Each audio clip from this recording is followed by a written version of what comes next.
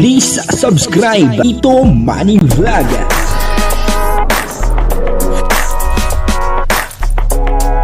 Payagan po si Tito Manny Vlog na mag-reactor para pambiling gamot sa kanya pong karamdaman. Wala man siyang records ng ng awayan.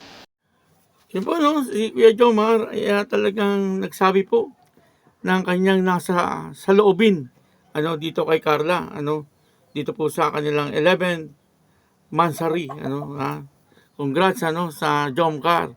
At ngayon ay inabot na po sila ng 11 months.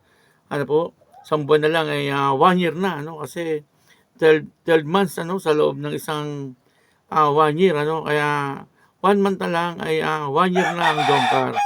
Nakakatawa na talagang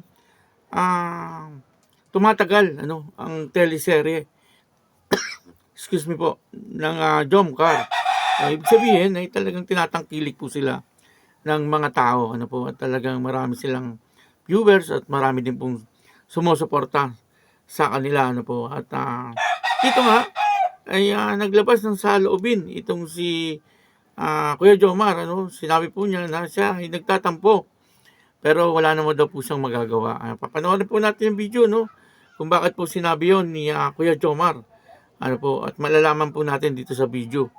Pero bago po yan, siyempre ako muna po bumabati sa inyong lahat ng magandang umaga, magandang tanghali at magandang gabi sa inyong lahat mga kapatid. Saan man kayo ng panig ng mundo naroroon ngayon, ay mag-iingat kayo palagi at pagpalain kayo ng ating Panginoon. At patuloy lang po natin suportahan sila Kuya Bal Santos Matubang, Kalingap Rab at Ate Edna Vlog. Ganun din po si Jack Tapia at yung mga kasamahan ko po sa Karepa at yung mga Kalingap partner na charity vlogger. At maraming salamat din po sa patuloy na tumatangkilik sa aking YouTube channel at nanonood sa aking video reaction. Ito po yung video na kung saan ay nagse-celebrate ng 11 Mansari ni Jomcar at saka ni Kuya Jomar at saka ni Carla. At dito ay naglabas ng saloobin itong si Kuya Jomar. Panoorin po natin yung video. At ang kabuuan po ng video ito ay mapapanood po natin sa YouTube channel ni Kalingap Rab. Happy 11th Mansari, Carla. Happy.